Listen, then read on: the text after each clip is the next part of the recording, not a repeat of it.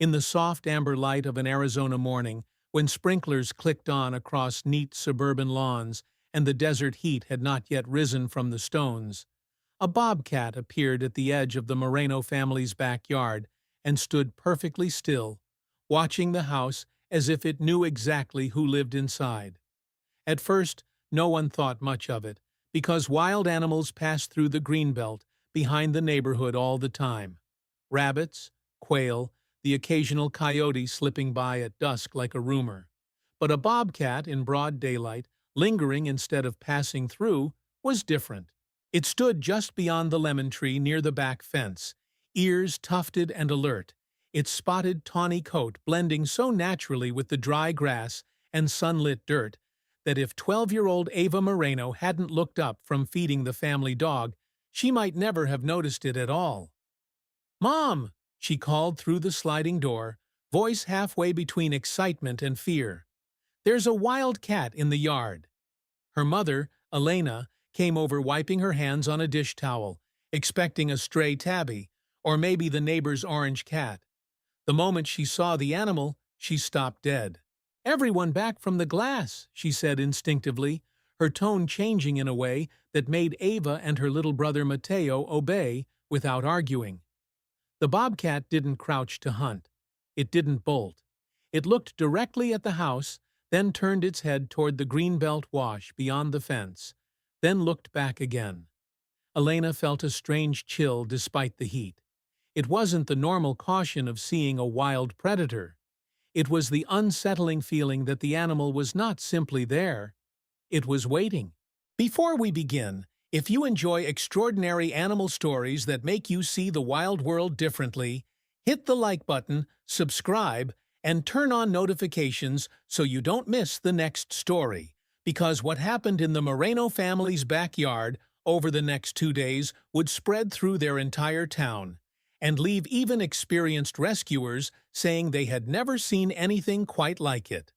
At 39, Elena Moreno was the kind of woman who solved problems by making lists, a school office manager by day and the unofficial organizer of her entire extended family. By default, she liked routines, clear answers, and practical decisions. Her husband Daniel, an electrical contractor, was already at a job site across town when Ava first spotted the bobcat, and Elena's first thought was simple. Get the kids away from the door, bring the dog inside, and call animal control.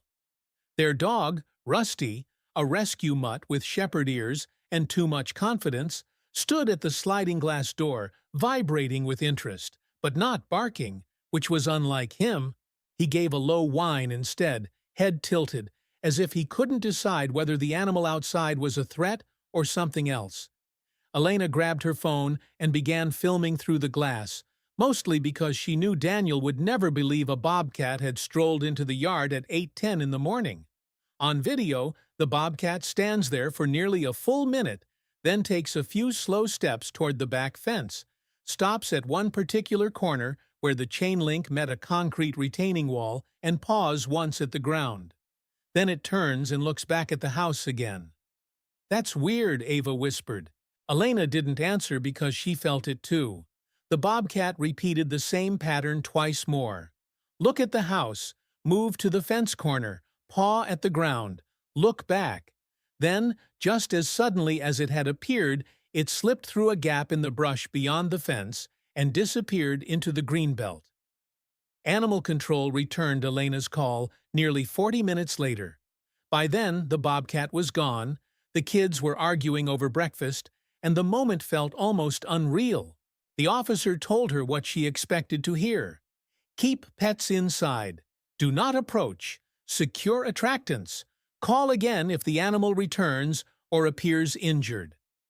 Elena thanked him and ended the call, but she replayed the video 3 more times before noon. It wasn't the fact that the bobcat came close that bothered her. It was the fence corner, that little pawing motion, the way it kept checking whether they were watching. By the time Daniel got home that evening, the story had already turned into neighborhood gossip. Their next-door neighbor, Mrs. Albright, claimed she'd seen the same cat behind her bird bath at dawn 2 days in a row. A teenager down the street swore he saw a bobcat cross near the storm wash after sunset. Daniel watched Elena's video standing at the kitchen counter, still dusty from work, and gave the same skeptical frown he always gave to things that sounded too dramatic. "It probably smelled rabbits," he said, "or lizards by the fence." Elena handed him the phone. "Watch the corner," she said. Daniel watched again, slower this time. The bobcat pads to the same spot, paws twice, pauses, looks back. He glanced at Elena and said nothing for a second. "Okay," he admitted, quieter. "That is strange." They agreed on the safe, sensible plan. No one goes into the greenbelt, Rusty stays leashed, kids stay away from the back fence, and if the bobcat returns, they call animal control immediately. It should have ended there. It didn't. The next morning, the bobcat came back. This time it arrived earlier, just after sunrise, while the sky was still washed pink and the neighborhood was only beginning to wake.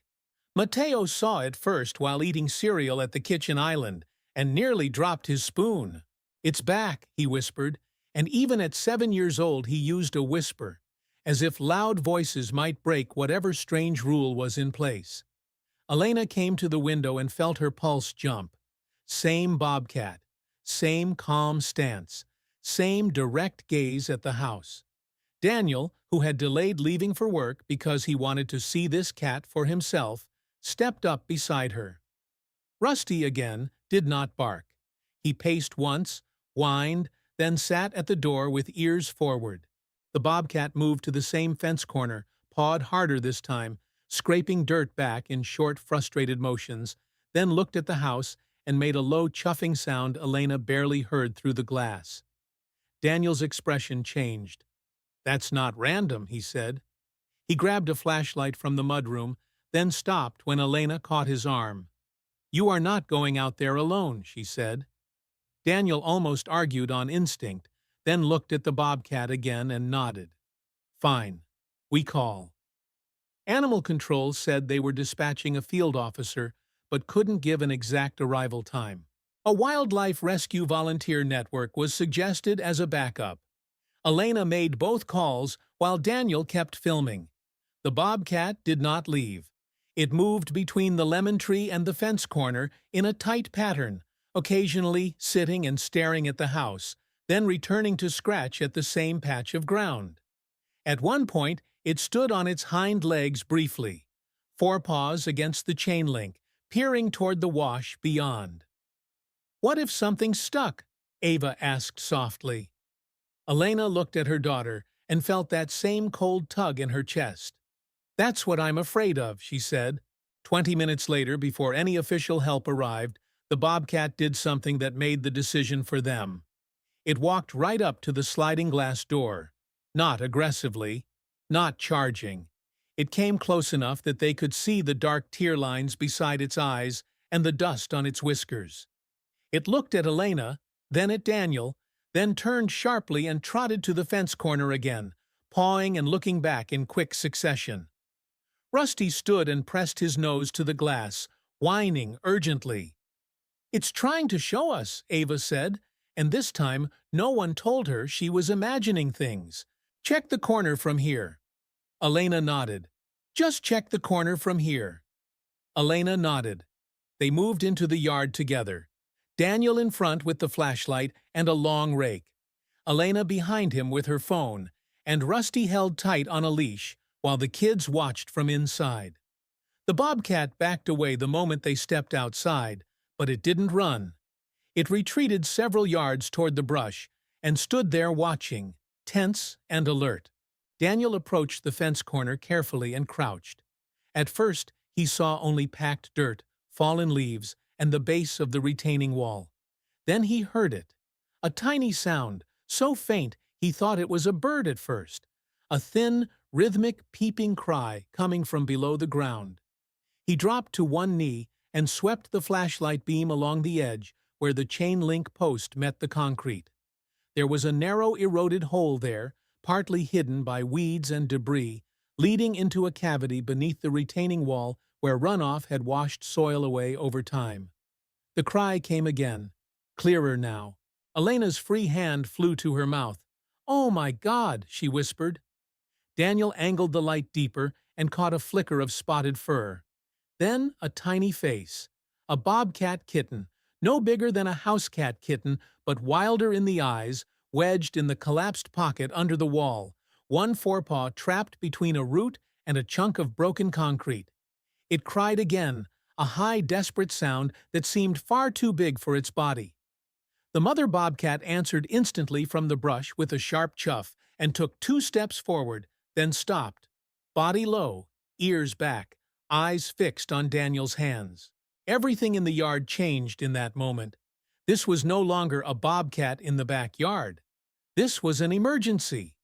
Daniel stood slowly, heart hammering, and backed away from the hole. "There's a kitten trapped under the wall," he said, voice hoarse. Elena was already on the phone again, this time with 911, because she did not care if it sounded excessive.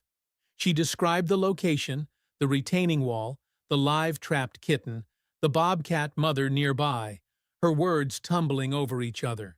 The dispatcher told them to keep their distance and wait for responders. Elena wanted to scream that waiting was what had gotten the kitten trapped for who knew how long, but she forced herself to breathe and answer clearly. "We'll stay back," she said. "Please hurry." The next 15 minutes felt like an hour stretched tight. The mother bobcat paced between the brush and the fence corner, never taking her eyes off the hole for long. Every time the kitten cried, she pawed at the dirt and chain link with frantic precision, then looked toward Daniel and Elena, as if checking whether they were still there, still doing something. Rusty sat beside Elena, trembling but quiet, occasionally giving a low whine each time the kitten cried. Ava and Mateo watched from the kitchen window with faces pale and serious, too old in that moment for their ages. Neighbors began to notice the fire engine when it arrived, then the county animal control truck, then a pickup marked Wildlife Rescue Coalition.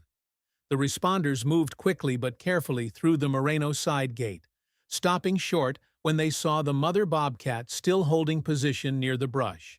The animal control officer, Carla Jennings, was in her 40s, sun-browned and steady-eyed, the kind of person who spoke softly and expected to be obeyed. She took one look at the setup and muttered, "Well, I'll be damned." A firefighter knelt by the fence corner while Daniel explained what he'd seen. Carla watched the mother bobcat and said quietly, "She brought you to this." Daniel nodded once, unable to look away from the brush. Twice. The trapped kitten cried again, weaker this time, and every professional instinct snapped into motion. The firefighter used a small inspection camera on a flexible cable to assess the cavity under the wall. The video feed showed the kitten pinned in a cramped void where the soil had collapsed around old construction debris. "If we dig from the top, we could collapse more on it," he said. Carla nodded. "We need to widen the fence edge and stabilize the dirt first." Another responder brought plywood and a catch shield. Carla asked the Morenos to move farther back and get the children fully away from the windows in case the mother panicked. Elena obeyed, though every nerve in her body screamed to stay close. She ushered Ava and Mateo upstairs, told them in her steadiest voice that professionals were helping the baby, and came back down, fighting tears. Outside, the mother bobcat had moved closer again, not charging, but hovering at the limit of what fear would let her tolerate.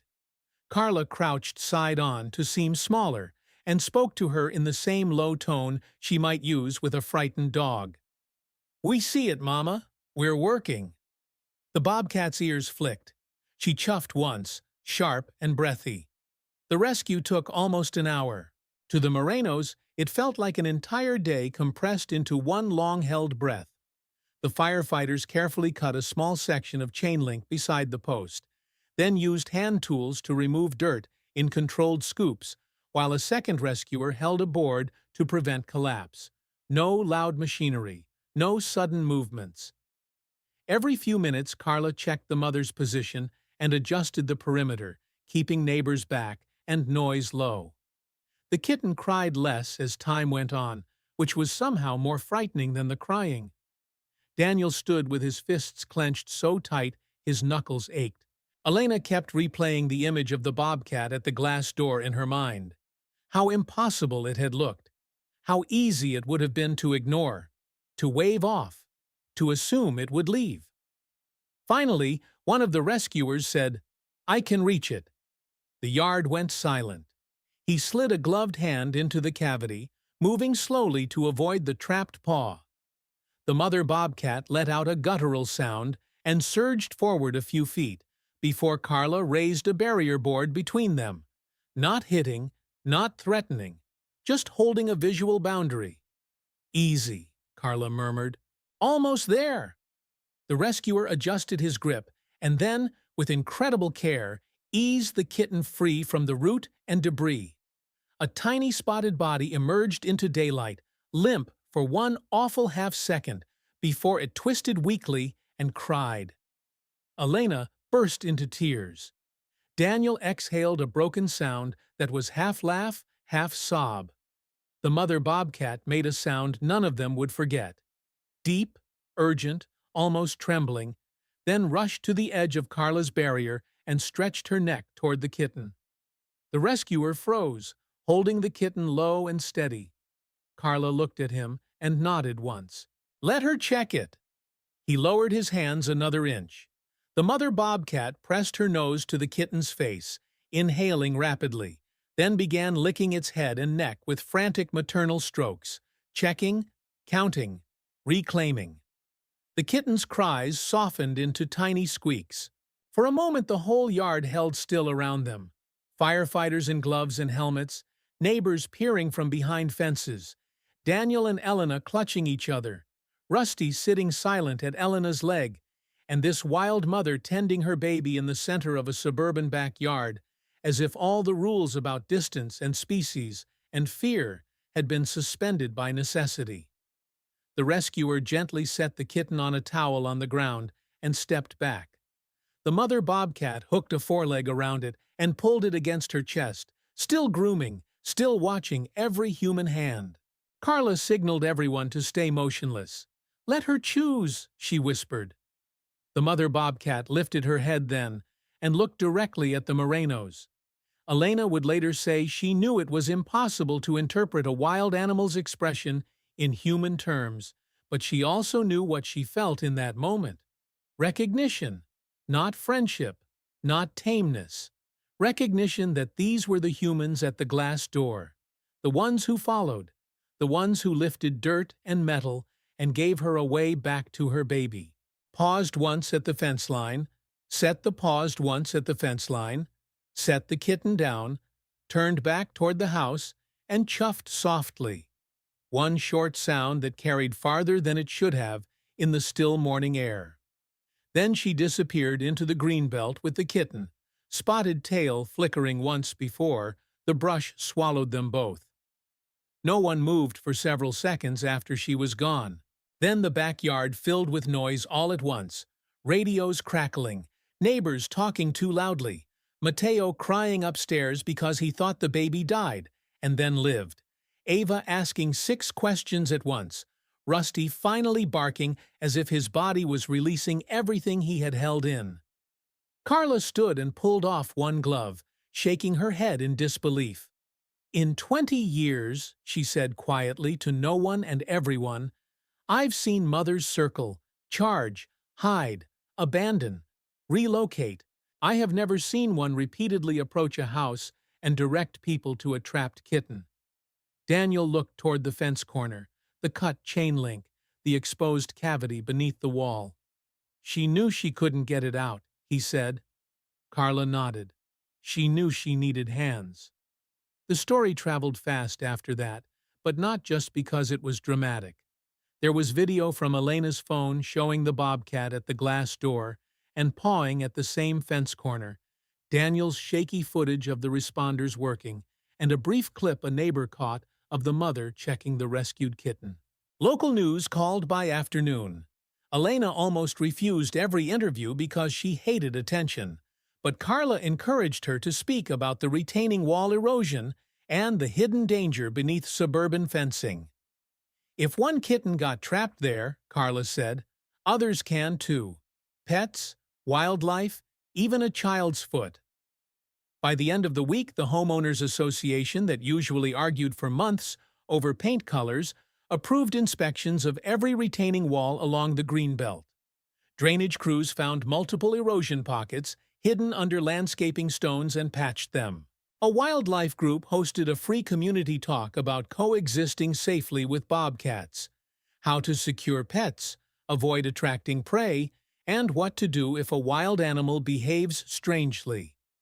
Elena stood in the back with Ava and Mateo and listened, while people kept turning to look at them as if they were part of the presentation. Daniel hated that part, but privately, he watched the neighborhood change in small ways he appreciated. People brought in pet food at night. Kids were taught not to chase wildlife for videos, and more than one neighbor stopped calling every wild thing a dangerous pest. A week after the rescue, just before dusk, Elena stepped into the backyard to water the lemon tree and found Rusty standing very still near the sliding door, ears forward, tail low. She followed his gaze and saw movement in the brush beyond the fence. For a heartbeat, she thought it was nothing but shadows. Then two shapes emerged at the edge of the greenbelt path.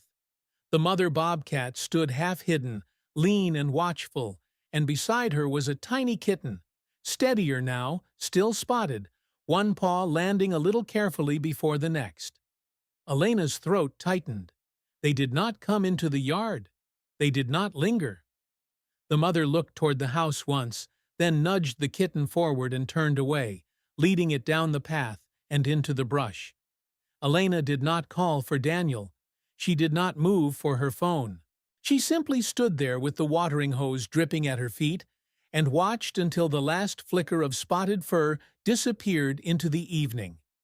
Later, when Daniel asked why she looked like she'd been crying, she told him, and he sat down hard in the kitchen chair, eyes wet, saying nothing for a long time. In the months that followed, life returned to its ordinary shape.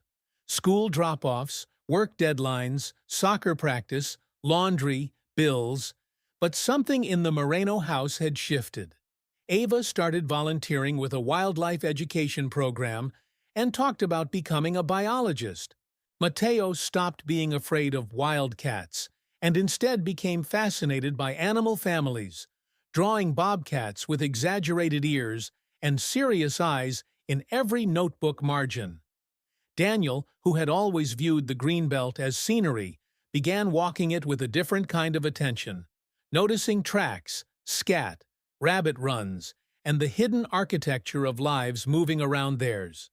And Elena, practical Elena, with her lists and routines and color-coded calendar, found herself thinking often about that morning at the glass door and how close they had come to misunderstanding what they were seeing. Because the bobcat didn't come to their backyard for food. It didn't come because it was tame or curious or friendly in the human sense. It came because somewhere beneath fear and instinct and the hard boundaries of the wild, a mother recognized a problem she could not solve alone. And instead of giving up, she kept coming back until the right eyes noticed, until the right hands followed, until the earth and wire and concrete gave way. And every time Elena passed the repaired fence corner, she remembered the tiny cry beneath the dirt and the determined animal at the glass. And she felt the same humbling truth settle over her all over again. Sometimes the most extraordinary thing is not that humans save wildlife, but that wildlife, in its most desperate moment, decides to trust humans just long enough to let itself be helped.